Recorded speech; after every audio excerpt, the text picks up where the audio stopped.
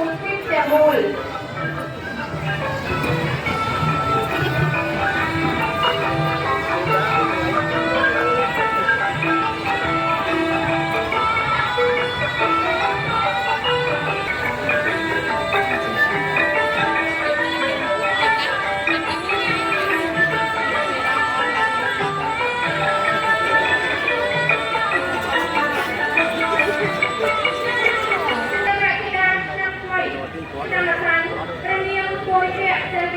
ជាបត្រីទី2នៃកបិលមហាព្រំ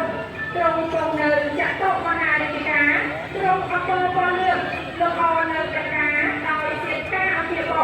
អក្ខរណការបុព្វាភក្សាហាទ្រង់សេឡំគឺព្រេងរីឯងព្រះហស្តស្ដាំទ្រង់ព្រះខ័នព្រះហស្តឆ្វេងទ្រង់ធ្វើច្រកគេได้កំសាន្តសប្បាយរបស់ជនជាតិខ្មែរទាំងបុរសទាំងស្ត្រីគ្រប់វ័យទាំងអស់បង្កប់ជំនឿសាសនាល្បែងនេះបង្ហាញពីការច្នៃប្រឌិតចេញពីសាសនាហិណ្ឌូពោលគឺនៅក្នុងទេវកថាឬក៏សមុទ្រទឹកដោះឲ្យមកជាល្បែងប្រជាប្រិយដែលសំស្របទៅតាមបរិបទនិងតម្រូវការរបស់កសិករខ្មែរនាពេលបច្ចុប្បន្ន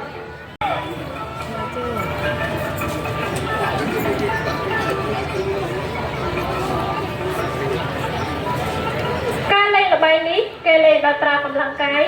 ហើយគេចែកអ្នកលេងជាពីរក្រុមមួយក្រុមយ៉ាងតិច5នាក់ឡើងទៅតាមដែលគេអាចរកគ្នាលេងបានហើយបើមានមនុស្សស្រីចូលលេងផងគេឲ្យស្រីនៅម្ខាងនិងប្រុសនៅម្ខាងដោយឲ្យចំនួនមនុស្សស្រីច្រើនជាងមនុស្សប្រុសចំពោះសម្ភារៈសម្រាប់លេងគេយកខ្សែព្រ័ត្រធ្វើឡើងពីស្បែកគោឬស្បែកក្របី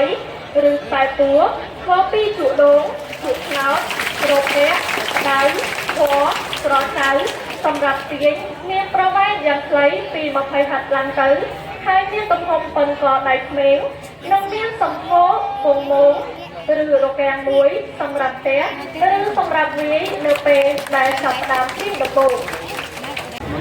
សូមជូនផែនទី4ផែនសិល្បៈ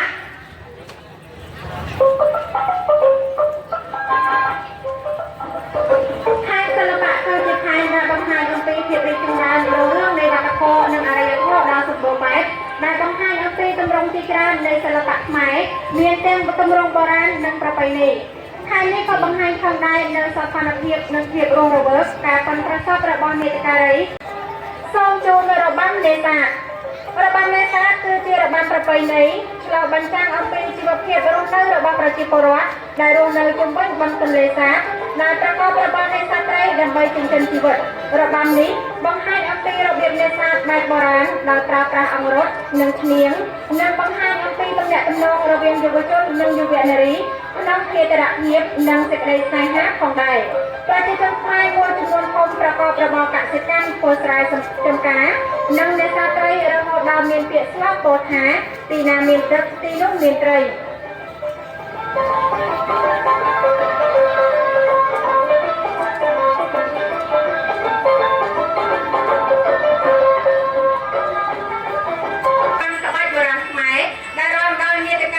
មានផ្លាត់កាន់នៅក្នុងដៃធ្វើកាយវិការបាក់ផ្លាត់យ៉ាងល្វត់ល្វន់និងរស់រវើកទៅតាមចង្វាក់ភ្លេងដើម្បីបួងសួងសូមសេចក្តីសុខសេចក្តីចម្រើនរុងរឿងនិងសន្តិភាពដល់ប្រទេសជាតិ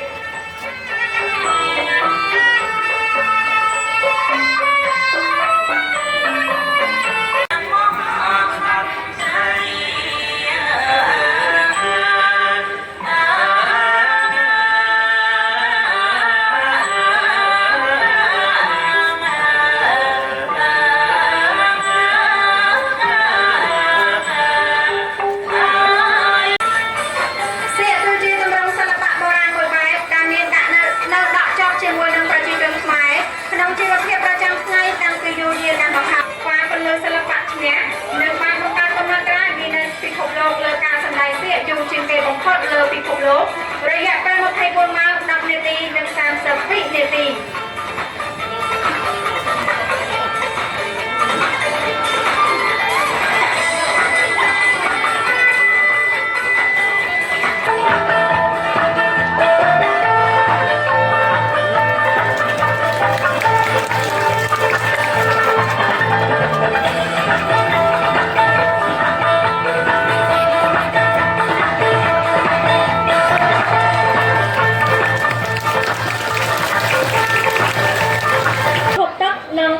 ធារាសាស្ត្រជាច្រើនកន្លែងដែលជាចំណុចខ្លាំងសម្រាប់វិស័យកសិកម្មរបស់ខេត្តរួមមានស្ទឹងធំចំនួន3ដែលហូរកាត់គឺស្ទឹងសង្កែស្ទឹងមង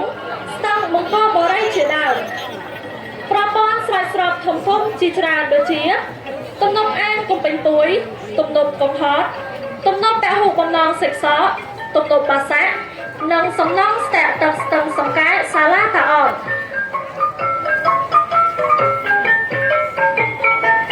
ក្រៅពីដំណាំស្រូវខេត្តបាត់ដំបងមានផលិតផលកសិកម្មជាច្រើនទៀតដូចជា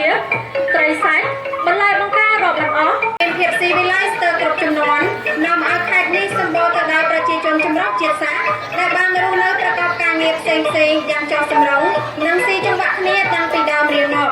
កត្តានេះជាមូលហេតុចម្បងដែលនាំឲ្យខេត្តបាត់ដំបងមានវប្បធម៌ចម្រុះសិល្បៈសម្បូរបែបនិងមានការរីកចម្រើនខ្លាំងផ្នែកអរិយធម៌ជាពិសេសលើវិស័យម្ហូបអាហារនិងសិល្បៈនៃការចម្អិននៅខាងមុខខេត្តមានប្រជាពលរដ្ឋខេត្តបាត់ដំបងចម្រុះជាតិសាសន៍ក្រវីទង់ជាតិព្រះរាជាណាចក្រកម្ពុជាដោយមានមោទនភាពនិងសប្បាយរីករាយក្រោមម្លប់នៃសន្តិភាពនៅក្នុងឆ្នាំ2022ក្រុងបាត់ដំបងក៏ត្រូវបានដាក់បញ្ចូលក្នុងបញ្ជីទីក្រុងដែលមានភាពច្នៃប្រឌិតផ្នែកម្ហូបអាហាររបស់អង្គការ UNESCO ដែលត្រូវបានពិភពលោកទទួលស្គាល់ពីភាពចម្រុះនៃម្ហូបអាហាររបស់អ្នកបាត់ដំបង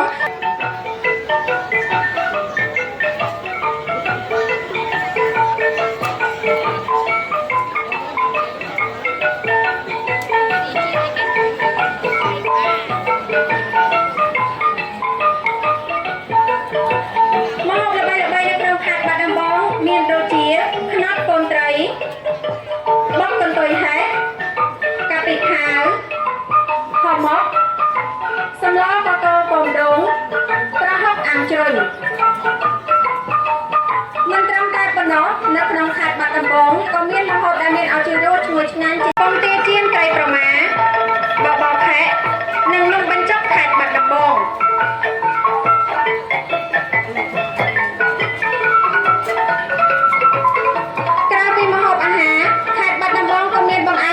ដែលមានលក្ខណៈខុសប្លែកពីតំបន់ផ្សេងនៅក្នុងប្រទេសកម្ពុជាក្នុងនោះមានរួមមាន